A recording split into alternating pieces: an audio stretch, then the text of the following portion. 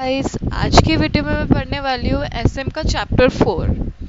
तो वीडियो शुरू करने से पहले वीडियो को लाइक कर देना, चैनल को सब्सक्राइब कर लेना एंड बेल आइकन को प्रेस कर लेना ताकि और कोई अपडेट्स मिस ना हो। तो चलिए शुरू करते हैं विदाउट डूइंग एनी मोर पक पक। तो चैप्टर 4 में पहले तो क्या बोलते हैं कि स्ट्रैटेजीज होती है। तो पहली स्ट्रैटेजी जो है ग्रैंड स्ट्रैटेजी है, जिसको जो है हम डायरेक्शनल स्ट्रैटेजी भी बोलते हैं एंड कॉर्पोरेट स्ट्रैटेजी भी बोलते हैं। तो corporate strategy corporate grand direction strategy, और उसमें 4 तरह की स्ट्रैटेजीज को जो है कैटेगराइज किया गया है। पहली है stability, then expansion, retrenchment and then combination. तो stability, expansion, retrenchment and combination. अब स्टेबिलिटी स्ट्रेटेजी को पढ़ते हैं हम। स्टेबिलिटी स्ट्रेटेजी कौन सी स्ट्रेटेजी होती है? तो बेसिकली क्या दे रखा है कि स्टेबिलिटी स्ट्रेटेजी में ना, वेट अ सेकेंड गाइस, मैं उस पेज पे आ जाऊँ। हाँ, स्टेबिलिटी स्ट्रेटेजी जो ऑप्ट की जाती है सेफगार्ड करने के लिए एग्जिस्टिंग इंटरेस्ट एंड स्ट्रेंथ्स को। It may be opted to safeguard its existing interests and strengths, to pursue well-established and tested objectives, to continue in the chosen business path. तो chosen business path पे continue करते हैं, safeguard किया जाता है existing interests and strengths को, well-established and tested objectives, maintain की जाती है operational efficiency on a sustained basis, to consolidate the commanding position already reached, and to optimize returns on the resources in the business. तो मैं वापस पढ़ती हूँ. It may be opted to safeguard its existing interest and strengths, to pursue well-established and tested objectives, to continue in the chosen business path, and to maintain operational efficiency on a sustained basis, to consolidate the commanding position already. अब जो ना stability strategy के example क्या है? ONGC, cell, भेल, ठीक है, जो स्टेबिलिटी स्ट्रेटेजी को फॉलो करते हैं। स्टेबिलिटी स्ट्रेटेजी में क्या होता है? वो जो है ना सर्व करते हैं सेम और सिमिलर मार्केट में, और डील करते हैं सेम और सिमिलर प्रोडक्ट्स में। तो सर्व इन द सेम और similar markets and deal in the same और सिमिलर प्रोडक्ट्स। अब ये फर्म कब चूज करती है स्टेबिलिटी स्ट्रेटेजी? जब उसका जो प्रोडक्ट है ना, वो maturity stage of the product life cycle पे पहुंच चुका है, and those who have sufficient market share and need to retain that. अब एक कंपनी के पास सफिशिएंट मार्केट शेयर है और उसको अगर रिटेन करना है, या फिर उसका जो प्रोडक्ट है वो maturity stage of product life cycle पे पहुंच चुका है, तो वो तब वो स्टेबिलिटी स्ट्रेटेजी को परस्यू करेंगे। तो ये 2 पॉइंट्स पढ़ती हूँ मैं। It continues to serve in the same or similar markets and deal in same or similar products and services. This strategy is typically for those firms whose product have reached the maturity stage of product life cycle, or those who have a sufficient market share but need to retain that. They have to remain updated and have to pace with the dynamic environment and volatile business world to preserve their market share. Stability strategy को है ना do nothing strategy से जो है हमको confuse नहीं करना है। Not confuse with do nothing strategy. Small organisations जो है स्टेबिलिटी स्ट्रेटेजी फॉलो करती है to consolidate their market position and prepare for launch of growth strategies. For deeper understanding of these strategies, let us delve into their characteristics. अब stability strategy की characteristics क्या है? पहला तो ये same business, same product, market posture and functions, maintaining same level of effort as present. Though a firm opting for stability strategy stays with the same business, same product, market posture and functions, maintaining same level of effort as at present. The endeavor is to enhance functional efficiencies in a incremental way. Enhance करना functional efficiencies in an incremental way through understanding, through better deployment and utilization of resources. The assessment of the firm is that the desired income and profits would be forthcoming through such incremental improvements in functional efficiencies. तो enhance करना functional efficiency को incremental way में by better deployment and utilisation of resources. फिर assessment of the firm is that the desired income and profit would be forthcoming through such incremental improvements in functional ये redefinition of business involve नहीं करता, does not involve redefinition of business, does not warrant much of fresh investment, maintain करता है status quo, risk involved जो है वो less होता है, कंसंट्रेट करता है resources in existing business and products पे, एग्जिस्टिंग रिसोर्सेज एंड प्रोडक्ट्स पे ये जो है कंसंट्रेट करता है, जो बिल्ड करती है core competency. Then form with modest growth objective choose this strategy. तो मॉडेस्ट ग्रोथ होती है, तो पहला तो है कि ये सर्व करेगा इन the same market poster and same business, same product and functions, maintaining same level of effort. तो सेम सेम सब सेम एग्जिस्टिंग पे ही है. उसके बाद जो ये इसका एंडेवर क्या है, एनहेंस करता है फंक्शनल एफिशिएंसीज.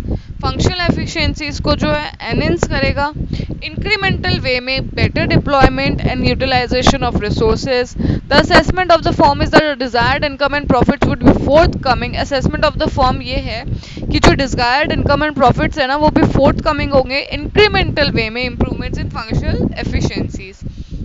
देन ये इन्वॉल्व नहीं करता है redefinition of business. Risk involve जो होता है वो लेस होता है. Does not warrant much of fresh investments और मेंटेन करता है status quo. Then modest growth objective वाले चूज करते हैं इस स्ट्रेटजी को. उसके बाद while opting for this strategy concentrate करता है on its existing resources, businesses, products, markets, thus leading to building core competencies. अब reasons क्या है stability strategy करने के. एक तो प्रोडक्ट जो है maturity stage of product life cycle पे पहुंच चुका है. देन जो स्टाफ है ना वो फील करता है comfortable with status quo, less changes, क्योंकि स्टेटस को में लेस चेंजेस और लेस रिस्क होता है. तो staff feels comfortable with the status quo as it involves less changes and less risky. A product is reached maturity stage of the product life cycle. ये तब opt किया जाता है when the environment is relatively unstable. यहाँ पे relatively stable गलत दे रखा है, तो it is unstable. It is opted when the environment in which the organisation is operating is relatively unstable. जब एनवायरनमेंट रिलेटिवली अनस्टेबल होगा तब, या फिर ना जो एक्सपेंशन करना है वो थ्रेटनिंग परसीव किया जा सकता है. तो where it is advisable, not advisable to expand as it may be perceived as threatening. या फिर बहुत एक्सपेंशन करने के बाद ना फर्म जो है खुद को स्टेबलाइज करना चाहती है, कंसोलिडेट करना चाहती है. तो 5 पॉइंट्स हैं, 5 रीजन है स्टेबिलिटी स्ट्रेटजी के. पहला तो जो है प्रोडक्ट जो है रीच कर चुका है maturity stage of product life cycle, and जो स्टाफ है ना फील करता है कंफर्टेबल विद स्टेटस को, क्योंकि स्टेटस को में लेस चेंजेस और लेस रिस्क है जो इन्वॉल्व होता है. एंड देन जो एनवायरनमेंट है ना, ये स्टेबिलिटी स्ट्रेटजी तब ऑफ की जाती है जब एनवायरनमेंट जो है रिलेटिवली अनस्टेबल हो. Environment in which an organisation is operating is relatively unstable. या फिर where it is advisable not to expand, क्योंकि जो एक्सपेंशन है ना वो परसीव्ड एज थ्रेटनिंग हो. या फिर बहुत एक्सपेंशन करने के बाद आफ्टर रैपिड एक्सपेंशन अब फर्म जो है ना खुद को स्टेबलाइज करना चाहती है, कंसोलिडेट करना चाहती है. Now moving to growth strategy, which is opposite of stability strategy, of course. So growth and expansion strategy is implemented by redefining the business. इसमें जो है business को redefine किया जाता है by enlarging the scope of business and substantially increasing investment. इसमें investment भी required होता है. और ये इक्वेट किया जाता है डायनेमिज्म, विगर, प्रॉमिस, सक्सेस से. Significant reformulation of goals and directions. Reformulation है गोल्स और डायरेक्शंस का. Major initiatives and moves involving investments, exploration and onslaught into new products, new technology, new markets. उसमें सब कुछ सेम था, इसमें सब कुछ न्यू होगा. Innovative decisions and actions, programmes and so on. This strategy may take the enterprise along relatively unknown and risky paths full of promises and pitfalls. Now, characteristics of growth and expansion strategy. अब growth and expansion strategy के जो है characteristics क्या है? ये involve करता है redefinition of business, warrant करता है नीड ऑफ फ्रेश इन्वेस्टमेंट्स. इसमें जो है सब्सटेंशियल या फिर मैमोथ ग्रोथ होती है. ये अपोजिट होता है स्टेबिलिटी स्ट्रेटजी का, क्योंकि स्टेबिलिटी स्ट्रेटजी में तो जो रिवॉर्ड्स होते हैं ना वो लिमिटेड होते हैं, लेकिन एक्सपेंशन स्ट्रेटजी में वो बहुत हाई होते हैं.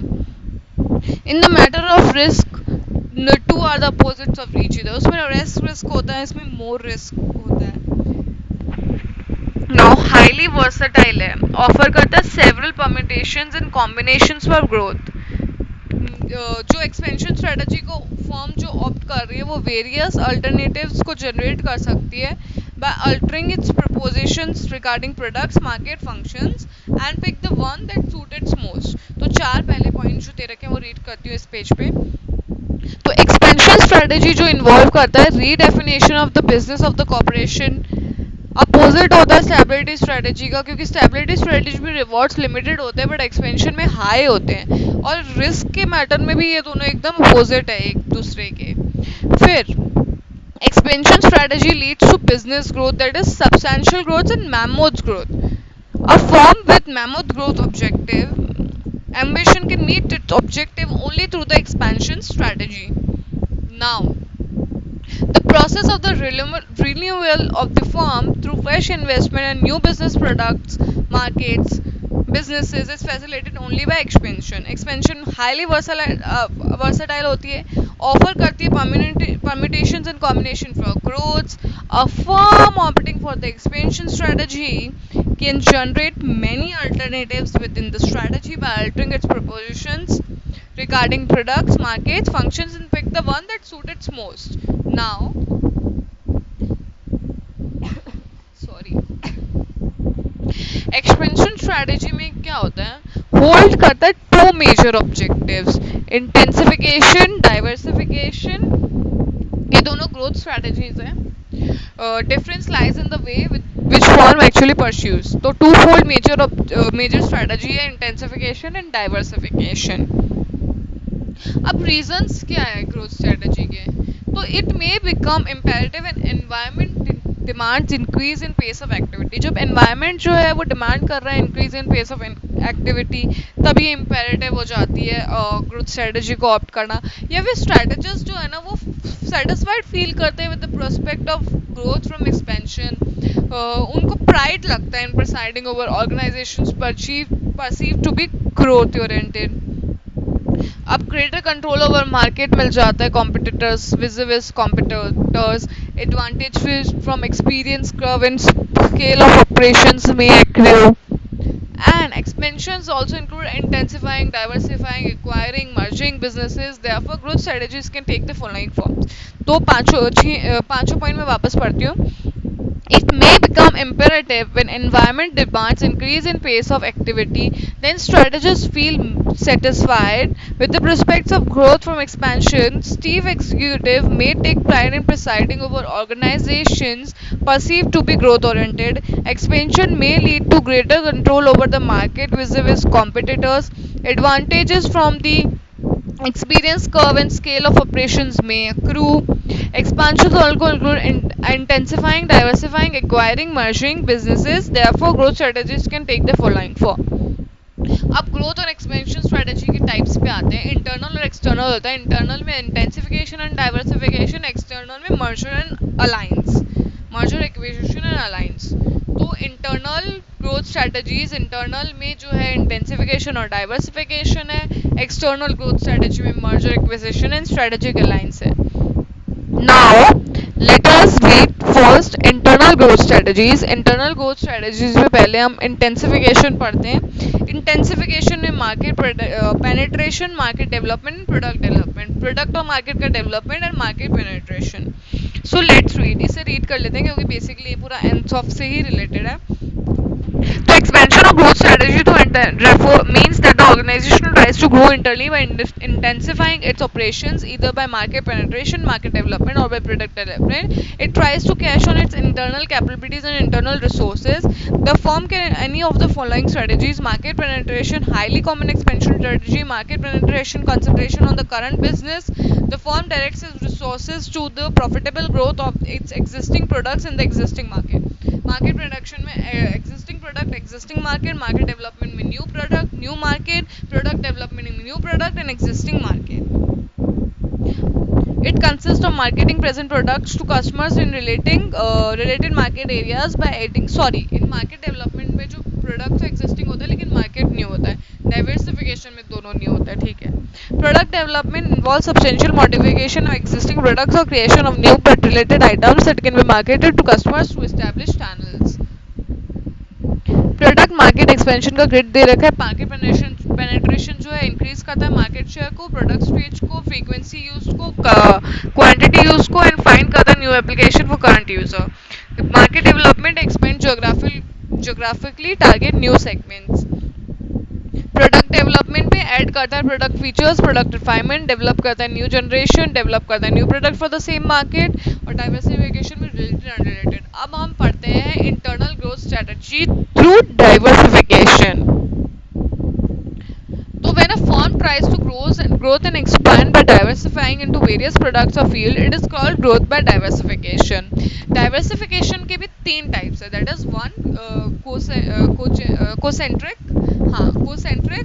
conglomerate and innovation. जिसको हम डिटेल में आगे पढ़ेंगे, पहले ये पढ़ते हो. Innovative and creative firms always look for opportunities and challenges to grow, to venture into new areas of activity, and to break new frontiers with the zeal of entrepreneurship using internal resources. They feel that diversification offers greater prospects of growth and profitability than intensification. Is defined as an entry into new products, जैसे कि मैंने बताया था कि diversification new products and new market involve करता है substantial scales, technology and knowledge. When established firm produces a new product which has little or no affinity with its present products, which is meant for a new class of customer. Different ठीक है, इसको एक बार बस read करने की ज़रूरत है. Diversification जो है ना यूटिलाइज करता है एग्जिस्टिंग फैसिलिटीज और कैपेबिलिटीज को in a more effective efficient manner. Now जैसे कि मैंने बताया कि डाइवर्सिफिकेशन रिलेटेड अनरिलेटेड होता है, उसमें वो है ना तीन कैटेगरीज में होता है. कॉन्सेंट्रिक, कॉन्ग्लोमेरेट अनरिलेटेड होता है, कॉन्सेंट्रिक जो है रिलेटेड होता है. Related business to benefit from synergistic gains and expansion through innovation. तो कोसेंट्रिक डाइवर्सिफिकेशन जो रिलेटेड बिजनेस में होता है to benefit synergistic gains. Conglomerate वो होता है जिसमें अनरिलेटेड बिजनेस में होता है to explore more opportunities beyond existing areas of expertise. तो फॉर एग्जांपल जैसे लेते हैं हम कि एक कंपनी है, वो सेल करती है, मतलब वो एजुकेशन इंडस्ट्री में है, ठीक है, एंड अब उसको जो एक्सपेंड करना है इन एयरलाइन एविएशन इंडस्ट्री. तो एजुकेशन और एविएशन का कोई कनेक्शन नहीं एक दूसरे से, वो दोनों अलग अलग बिजनेस है. तो जब ये इस वे में डाइवर्सिफाई करते हैं तो उसको कॉन्ग्लोमेरेट बोलते हैं. अब जो एक कंपनी है, फॉर एग्जाम्पल वो है ना स्कूलिंग का कर रही है ना, वो स्कूल से बढ़ के आगे कॉलेज में भी जा रही है, वो मतलब तो एक्सपांड कर रही है खुद को, लाइक कॉलेज, कोचिंग, स्कूल, जो पूरा एजुकेशन से रिलेटेड है, एजुकेशन में एक्सपेंड कर रही है. तो वो है ना कोसेंट्रिक डाइवर्सिफिकेशन होता है. और इनोवेशन में तो जब हम एग्जिस्टिंग कोई थोड़ा सा और इनोवेटिव वे में करते हैं, आगे बढ़ते हैं उसको, ठीक है. Now first concentric diversification. Concentric diversification में भी टू टाइप्स हैं, वर्टिकल और हॉरिजॉन्टल. वर्टिकल में भी backward, forward and horizontal. Now, co-centric diversification takes place when the products are related. जब products जो है related हो, new business that is diversified into linked to the existing business. अब जो new business में diversify करा ना, वो linked होना चाहिए existing business से, और जो products है वो भी related होते हैं. Spin off from the existing benefit from synergy with its current operations, loop-like manner. A company producing cloth ventures into the manufacturing of shoes. तो basically apparel ही है पूरा. तो इसको मैं एक बार बुक से वापस पढ़ लेती हूँ. Concentric diversification takes place when the products are related. In this diversification, the new business that it is diversified into is linked to the existing business through processes, technology or marketing. The new business जो है linked है with existing business through processes, technology and marketed. Products जो है related है, and the new product is a spin-off from the existing facilities and products or processes. This means that in concentric diversification, There are benefits of synergy with the current operations. Benefits of synergy होता है with current operations. The new product is only connected in a loop-like manner at one or more points in the firm's existing processes, technology, product change. The new product जो है वो सिर्फ connected है एक loop-like manner में at one or more points in the firm's existing processes, technology and product chain. So concentrated diversification takes place when the products are related and the new business is diversified into related, linked into the existing business to processes, technology and marketing. New product is spin-off from the existing facilities and products or processes. This means that in the co-centric diversification too there are benefits of synergy with the current operations. The new product is only connected in the loop like manner at one or more points in the producing clothing ventures, blah, blah, blah. Now moving on to the types of co-centric diversification, which is vertical में forward, backward and then horizontal. तो forward में क्या होता है जब आप value chain की तरफ जा रहे हो डिस्ट्रीब्यूटिंग साइड पे, पढ़ लेती हूँ मैं तब समझ आ जाएगा. बैकवर्ड में आप रॉ मटेरियल्स की तरफ जा रहे हो और फॉरवर्ड में आप एग्जिस्टिंग नए बिजनेस की तरफ जा रहे हो, मतलब बिजनेस से बिजनेस कनेक्ट हो रहा है और उसमें रॉ मटेरियल से कनेक्ट हो रहे हो बैकवर्ड में. तो पहला तो vertical form ops that are related to the existing business of the firm. The firm remains vertically within the same process sequence, move forward or backward in the chain and enters specific product processes steps with the intention of making them into new business for the firm. Then forward, अब मैं एक example देती हूँ. जैसे अमूल जो है ना cause और बफेलोज को बाय करता है, ओन करता है, तो वो बैकवर्ड में जा रहा है. और जब फॉरवर्ड इंटीग्रेशन में क्या होता है, पिक्सार है वो डिज्नी की तरफ जा रहा है, डिज्नी को एक्वायर कर रहा है, तो वो फॉरवर्ड है. नाउ रीड कर लेते हैं. Forward and forms part of vertically integrated in vertically integrated form to opt to engage in business vertical existing business of the form remains vertical in the same process. अब backward integration is concern with the creation of supply by entering business of input providers. ठीक है, by entering business of input providers. और forward integration में moving forward in the value chain and entering business lines that use existing products. तो backward integration में entering into business of input providers और vertical integration में moving forward in the value chain that uses existing products. Backward integration is concerned with creation of effective supply by entering business of input providers, strategy employed to expand profits and create greater control over production, supply of product, whereby a company will purchase or build a business that will increase its own supply capability or lessen its cost of production. For example, a large supermarket chain considers to purchase a number of farms that would provide it a significant amount of fresh produce. On the other hand, forward integration is moving forward in the value chain and entering the business that uses existing products. It will also take place when the organizations enter into business of distribution channels. For example, a coffee bean manufacturing may choose to merge with a coffee cafe. Now, horizontal integration. A firm acquisition of one or more similar business operating at the same stage of production. Same level पे same stage पे जब हम merge कर रहे हो, acquire कर रहे हो, तो वो horizontal integration, diversification में आता है. तो a firm gets horizontally diversified by integrating through acquisition of one or more similar business operating at the same stage of the production marketing. Acquisition of one or more similar business operating at the same stage of the production marketing. Now, they can also integrate with the firms producing complementary. They can also integrate with firms producing complementary products or byproducts or taking over competitors' products. So, following figure horizontal. ये दे रखा figure diversification का? Raw materials, intermediates, manufacturing, marketing, sales, after sale services, by products, completed products and complementary products. Now conglomerate diversification. Conglomerate diversification तब होगा जब कोई linkage नहीं है या फिर कोई रिलेशन नहीं है प्रोडक्ट का, मार्केट का, टेक्नोलॉजी का. In conglomerate diversification no linkages related to product, market or technology exists. The new business product disjointed from the existing business in every way. Disjointed in every way. It is a totally unrelated diversification.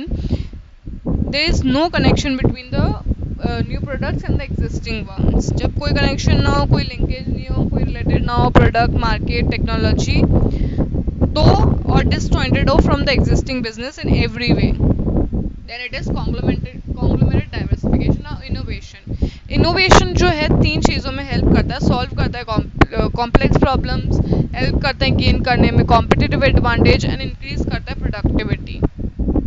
Innovation drives upgradation of existing products और lines of processes.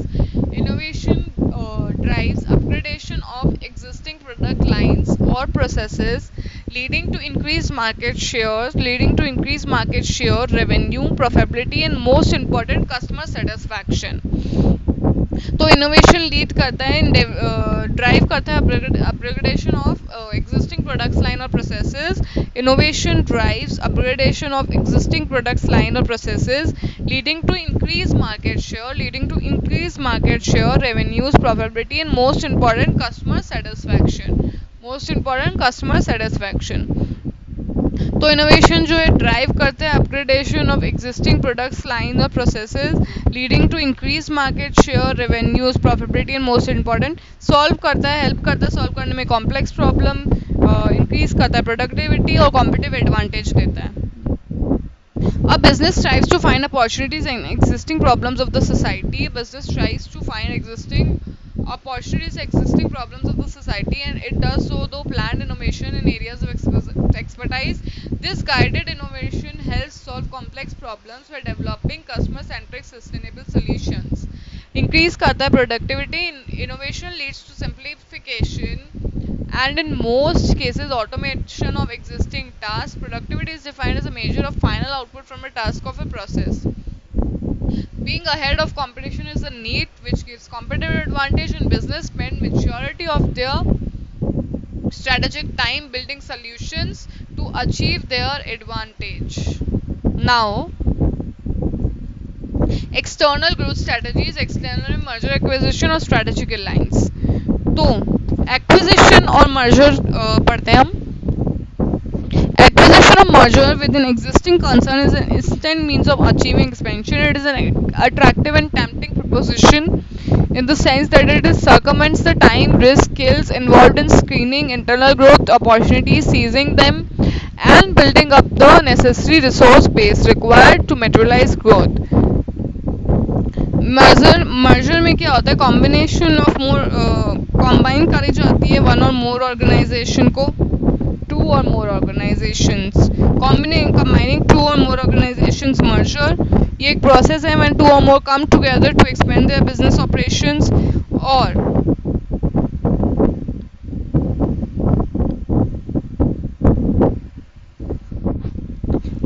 Basically acquisition में ना जब एक strong organisation जो है over power कर लेती है वीकर वन को, तो मतलब कोई स्ट्रॉन्ग ऑर्गेनाइजेशन और कोई वीक ऑर्गेनाइजेशन तो उसको एक्वायर कर लेगी वीक ऑर्गेनाइजेशन को, तो दैट इज एक्विजिशन. और मर्जर में तो कंबाइन होता है, और एक्विजिशन में जब स्ट्रॉन्गर वन है वो ओवर पावर कर लेती है वीकर वन को. There are 4 types of merger: horizontal, vertical, concentric and conglomerate. Conglomerate में जब हम अनरिलेटेड बिजनेसेस को कंबाइन करेंगे, कोजेंट्रिक में रिलेटेड को, एंड वर्टिकल में आगे मतलब top level and lower level ऐसा करके होगा, हॉरिजॉन्टल में सेम लेवल के.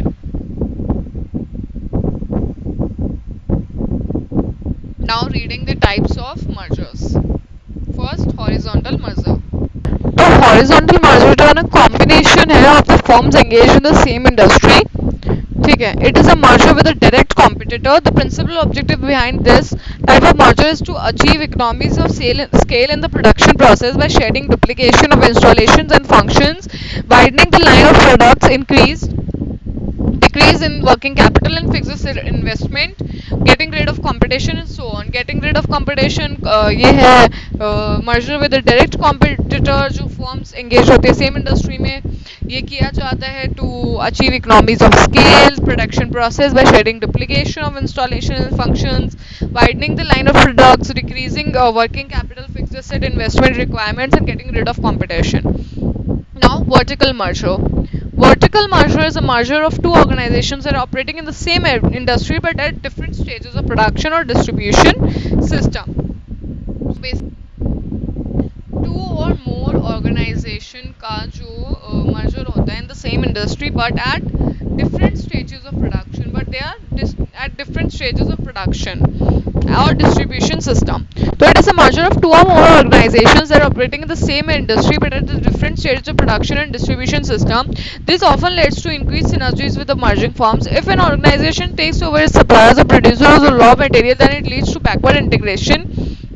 On the other hand, अगर वो decide to take over to buyers organization distribution channels, तो अगर वो raw material की producer को acquire मतलब merge करती है तो वो backward होगा, और अगर distribution channel को करती है तो forward होगा. Results in many operating financial economies. Vertical mergers help to create advantageous position by restricting the supply of inputs to other players or by providing inputs at a higher cost. Now co-generic, two or more associated in some way. जब co-generic merger में क्या होता है, two or more merging organization are associated in some or other way related to the production process, business market or some basic required technologies. Now conglomerate, combination of organizations that are unrelated to each other. Co-generic में related होती है, conglomerate में unrelated होती है. There are no linkages with respect to customer groups, customer functions, technologies being used. There are no important common factors between the organizations in production, marketing, research, development and technology. Now expansion through strategic alliance. अब strategic alliance में क्या advantages दे रखे हैं, उनके disadvantages दे रखे हैं. तो पहले तो strategic alliance क्या होता है ये पढ़ते हैं.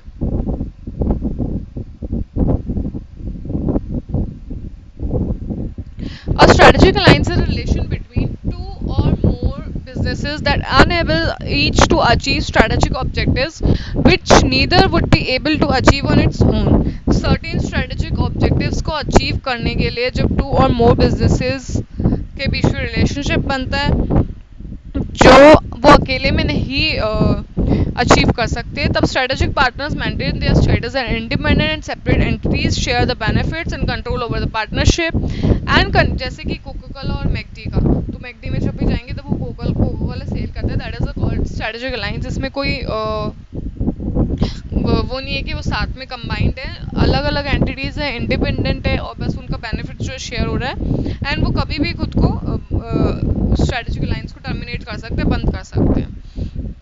So strategic alliance is a relation between two or more businesses that enable each to achieve certain strategic objectives which neither would be able to achieve on its own. The strategic partners maintain their status as independent and separate entities, share the benefits and control over the partnership and continue to make contribution to the alliance until it is terminated. Are often formed in global marketplace between that are based in different regions of the world. Advantages of strategic alliance. तो चार advantages है, organizational, economic, strategic and political. Organizational, economic, strategic, political. Organizational, economic, strategic and political. तो पढ़ते हैं. Strategic alliance help to necessary skills and organization में वो help करता है learn करने में necessary skills and obtain certain capabilities from strategic partners. May also help to enhance productive capacity, provide a distribution system or extend supply chain, provide करता है goods or services that complements thereby creating a synergy. Having a strategic partner who is well known and respected also helps add legitimacy and credibility to a new venture. तो जब हम learn करेंगे necessary skills and obtain करेंगे certain capabilities from strategic partners, तो वो organisational advantages strategic alliance का economic में reduction in cost and risk by distributing them across the members of the alliance.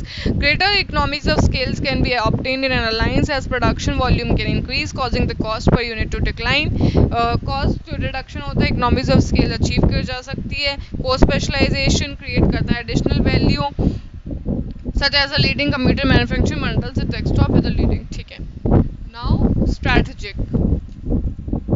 Rivals can join together to cooperate instead of competing with each other. जो rivals है वो एक दूसरे के को compete करने की जगह एक साथ में आ सकते हैं. Competitive advantage create करता है by pooling of resources and skills. Now political. अब जो है ना sometimes strategic alliances are formed with local foreign businesses to gain entry into a foreign market either because of local prejudices or legal barriers to entry. Disadvantage है कि share उनको अपने share करने पड़ते resources profits knowledge skills that otherwise organisation may not like to share. Sharing knowledge and skills can be problematic if they involve trade secrets. Agreements can be executed to protect trade secrets, but they are only as good as the willingness of parties to abide by the agreements or the court's willingness to enforce them. Strategic alliance may also create potential competition when an ally becomes an opponent in future when it decides to separate off. तो अभी तो वो लोग साथ में है तो कोई प्रॉब्लम नहीं, बट बाद में जब ट्रेड सीक्रेट्स नॉलेज स्किल्स सब शेयर हो जाएंगी तब वो एक प्रॉब्लम भी बन सकता है. ठीक है, तो sharing is basically disadvantage. Now strategic exits. हमने स्ट्रेटेजिक चॉइसेस जो कंप्लीट कर लिया है, अब स्ट्रेटेजिक एग्जिट्स है जिसमें turnaround retrenchment divestment and then strategic options हमारा बचे हैं. तो आई थिंक कि आज की वीडियो में हम बस आज की वीडियो को हम बस स्ट्रेटेजिक चॉइसेस तक ही रखते हैं.